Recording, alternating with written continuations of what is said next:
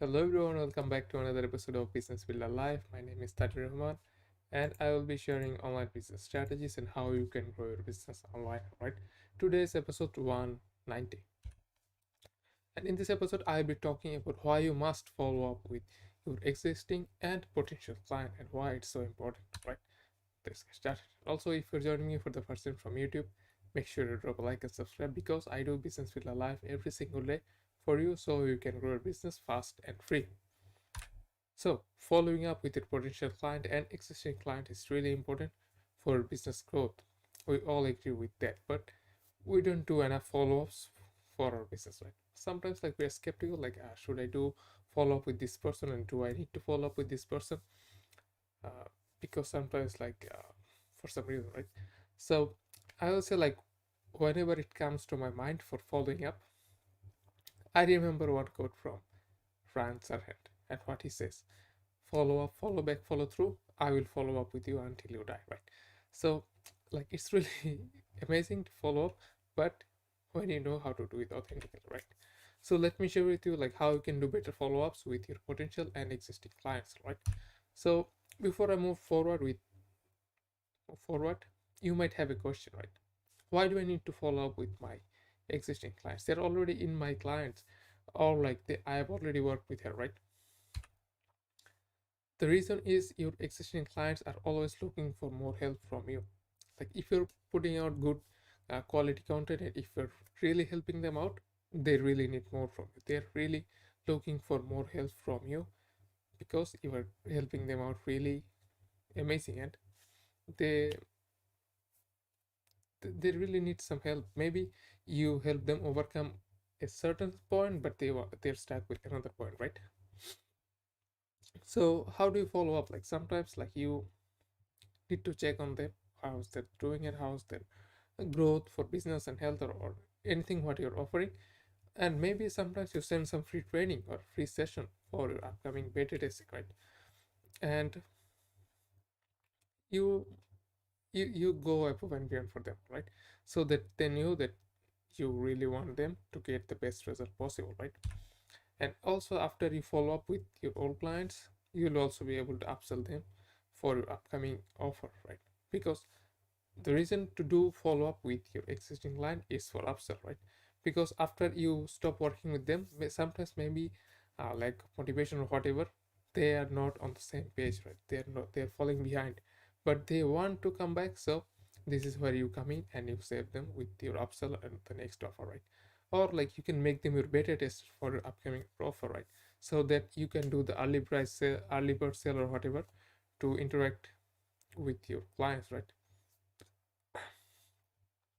And also like if you follow up with your existing client, and guess what happened, like you are always in their mind, so you can get more referrals.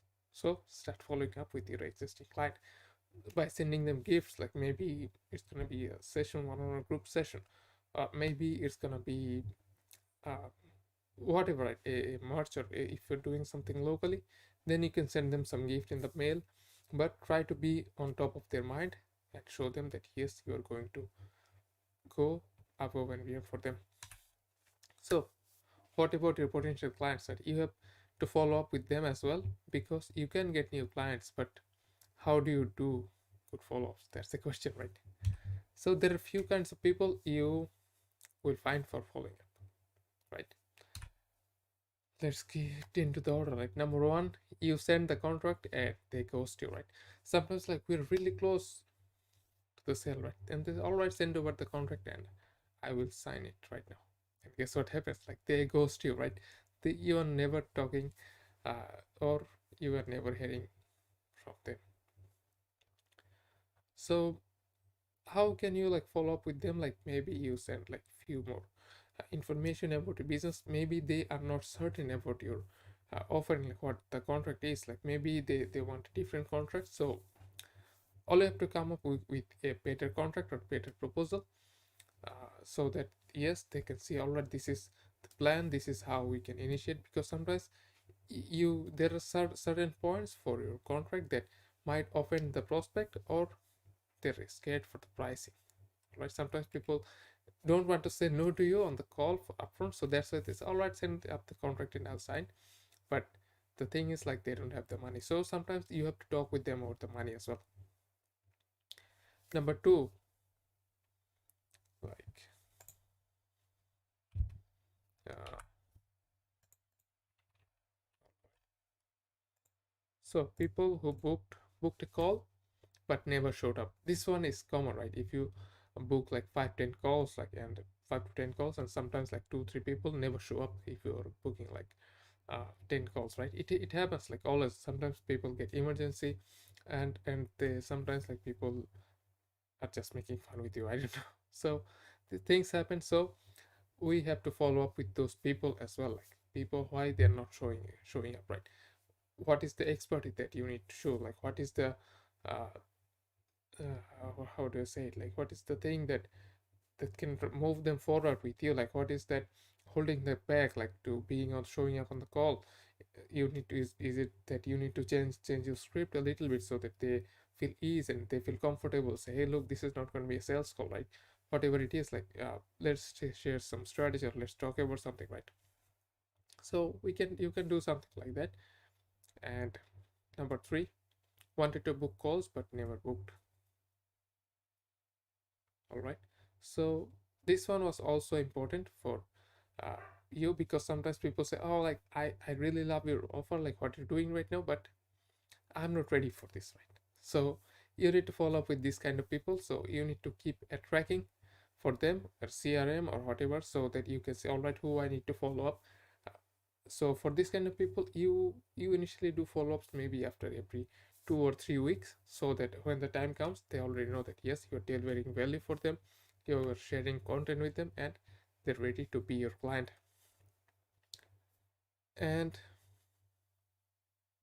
number four, who is interested but not ready. That's what we talked. But wanted to book calls but never booked. Sometimes, like, people say, hey, look, I want to be on your call, and they ghost you, right? This one is also frustrating. It's same as the sending contract, but sometimes, like, people want to book calls, and then something happens, right? They're not clear, like, how. So for that, like, you can send some information about your offer, or what is that you can do and help them with. It's more like who never showed up, but in a different way. Maybe then you can invite them for live event or live webinar, so that they can see, all right, this is not going to be a one-on-one sales call, and I can trust this guy because I can always back off when it's time for the sales, right? But anyway, like, you understand my point, right? So these are my points for how you can do better follow-ups, but I will put new videos about follow-ups, so let me know in the comment. And that's it for today, guys. I hope you really understand into this video. Sorry for the dots, but yeah, that's it for today. And one more thing before I jump off the call, that if you're building an online business starting new, you can always send my 5 step guide to create your ideal client PDF for free. So all you have to do is send me a DM from Instagram, and if you're joining me from YouTube, there's a link for my Instagram channel down below the like button, and you can send it to me there as well. Alright, guys, that's it for today, and I'll see you guys tomorrow. Bye.